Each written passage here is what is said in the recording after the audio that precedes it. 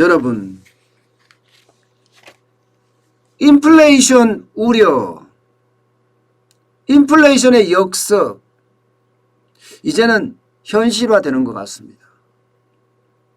굉장히 빠른 속도로 인플레이션으로 나아가고 있습니다.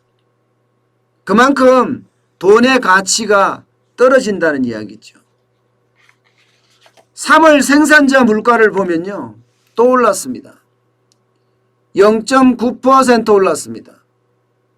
지금 오르는 속도로 보면 지난해 11월부터 시작을 해서 5개월 연속 이 생산자 물가가 오르고 있습니다. 여러분, 생산자 물가가 오른다는 건 당연히 소비자 물가가 오른다는 거예요. 3월 생산자 물가가 0.9% 올랐다면 4월 소비자 물가는 그보다 더 많이 오른다, 이렇게 감안하면 됩니다. 게다가 지금 5개월 연속 오르잖아요. 또 물가는요, 전년 대비가 아니라 전월 대비입니다. 전월 대비해서 0.1% 오르고 전월 대비해서 0.8% 오르고 이러면 계속 쌓인다는 이야기예요. 물가가 지금 계속 우상향으로 올라간다는 이야기잖아요. 이게 바로 생활물가 폭등으로 점점 이어지고 있다, 이렇게 지금 해석할 수가 있습니다. 2월에 비해서 생산자 물가는요, 농산물에 대해서는 농림수산품에 대해서는 좀 줄어들었습니다. 특히 농산물은 마이너스 2.1이 될 정도로 줄어들었습니다. 그러나 축산물은 줄어들지 않았습니다. 1.3%로 올라갔고요. 수산물도 줄지 않았습니다. 3.4%. 그런데 문제는요, 세계적인 곡물값이 오르면서 원자재 가격이 오르면서 이게 생산자 물가에 영향을 엄청 미치고 있다는 뜻이에요. 공산품 가격이 1.6% 올랐다는 것은요, 이게 바로 국제 곡물 가격이 올랐기 때문이거든요. 축산물이 1.3% 올랐던 것도 마찬가지입니다. 국제 곡물 가격이라는 게 사료도 있잖아요. 이 사료도 가지고 오니까 사료값이 오른다. 그럼 축산물이 당연히 오르겠죠. 여기에다가 석탄, 석유 제품은 지금 굉장히 많이 올랐어요. 9.7% 올랐습니다. 그전까지는 농림수산품이 물가 상승을 견인했다고 하면 3월 달에는요, 석탄, 석유 제품이 지금 물가 상승을 견인하고 있습니다. 경유만 하더라도 10.8%가 올랐고요. 휘발유는 12.8% 올랐습니다. 나프타도 7% 지금 오른 상태입니다. 그만큼 쭉쭉 올라가고 있다, 이런 얘기예요. 여기에다가 1차 금속 제품도 1.6% 올랐죠. 게다가 전력, 가스, 수도, 폐기물도 0.9% 올랐습니다. 이게 국제 유가가 오르면 당연히 오르는 수순입니다. 공공 서비스 물가도 0.1% 올랐고요. 음식점, 숙박도 0.5% 올랐습니다. 분명한 것은 생산자 물가가 오르고 있다는 이야기입니다. 이 생산자 물가가 오르면요, 한 달의 시차를 두고 소비자 물가에 지금 반영이 될 겁니다. 소비자 물가에.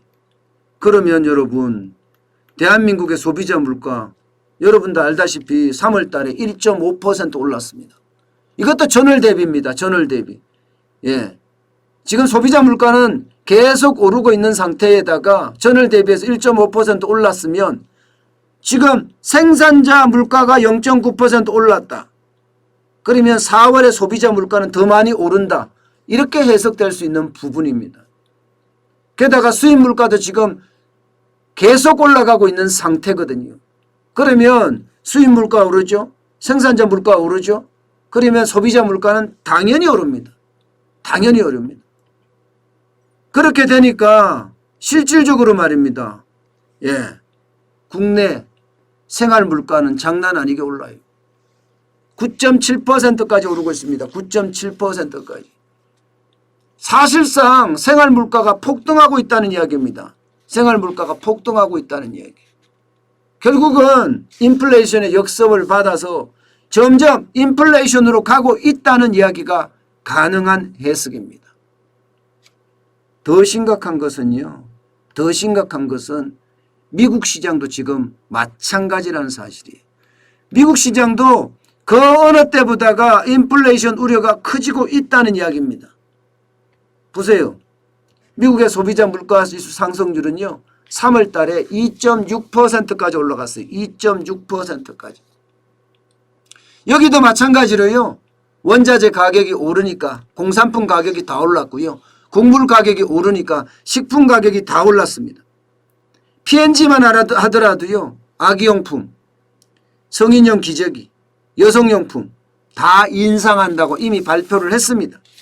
코카콜라도 마찬가지 일부 제품에 대해서 가격 올리겠다 이렇게 이야기했고요.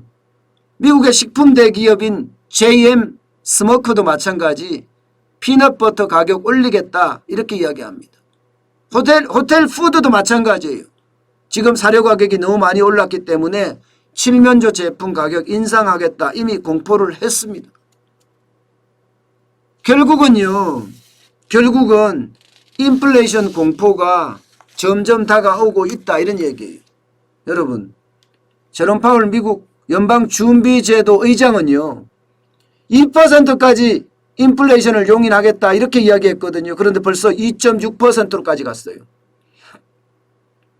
여기다가 이제 일자리 문제 남았잖아요. 일자리 문제. 제롬 파월은 완전 고용이 이루어지면 그때 가면 금리 인상에 대한 통화 정책에 대한 생각을 다시 해보겠다 이렇게 이야기했습니다. 지금요. 완전 고용이라는 게 사실 한 3%?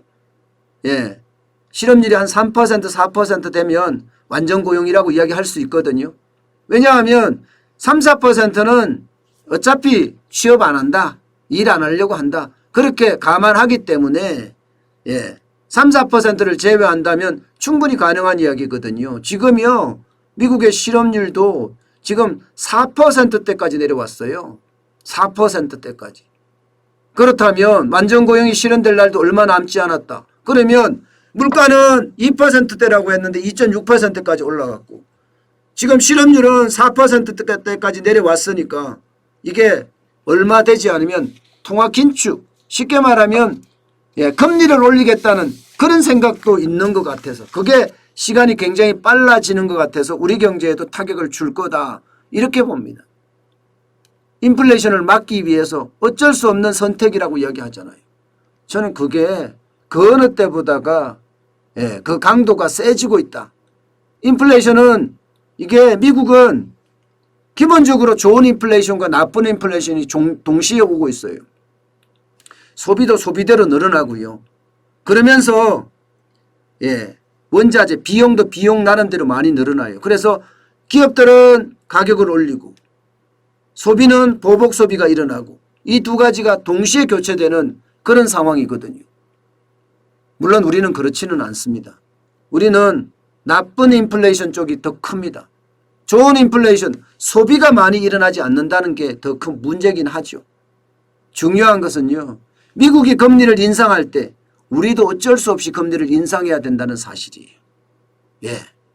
그래서 결국은 인플레이션 역습이 지금 생활물가를 폭등을 시키고 생활물가가 폭등이 되면 결국은 금리를 인상할 수밖에 없는 그런 상황에 부닥친다. 이렇게 말씀을 드릴 수 있을 것 같습니다. 그래서 저는 언제든 금리 인상에 대비를 해야 된다고 생각을 하고요. 특히 말입니다. 미국보다가 우리가 선제적으로 더 빨리 금리 인상을 저는 해야 된다는 주의예요. 지금 그만큼 돈이 많이 풀어졌고요. 돈이 푸는 속도가 굉장히 빨랐기 때문에 그런 거예요. 돈이 푸는 속도가 굉장히 빨라서 시장에 돈이 넘쳐나고 이게 자칫 잘못하면 자산시장의 거품 이게 더 커질 수도 있기 때문입니다. 그래서 자산시장의 거품을 줄여가면서 실물경제가 더 따라오게끔 만드는 그런 상황을 연출하려고 그러면요. 미국이 금리를 올리기 전에 우리가 더 빨리 금리를 올려서 수순을 밟아야 되는 것 아니냐 이런 생각을 합니다. 그렇지만 한국은행은요. 여러분도 알다시피 금리 올리는 거 주저하고 있습니다. 바로 4차 대유행 때문이거든요. 코로나19가 점점 유행 강도가 세지니까 이것 때문에 우리는 더 힘들어지지 않을까 하는 우려 때문에 지금 한국은행은 멈칫멈칫하고 있거든요. 왜냐하면 금융통화위원회에서요. 금리 인상에 대한 조그만의 어떤 시그널이 나왔어야 되는데 안 나왔거든요. 그 말은 4차 대유행이 지금 생각보다 심각하다 그렇게 봐야 될 것 같습니다. 분명한 것은요. 백신은 공급될 거고 또 언젠가는요. 일상생활로 돌아갈 겁니다. 그게 중요한 겁니다. 그때 일상생활에 돌아갔을 때 인플레이션 때문에 몸살을 앓는 일이 없도록 선제적으로 대응해야 된다. 저는 그렇게 생각을 하고 있습니다.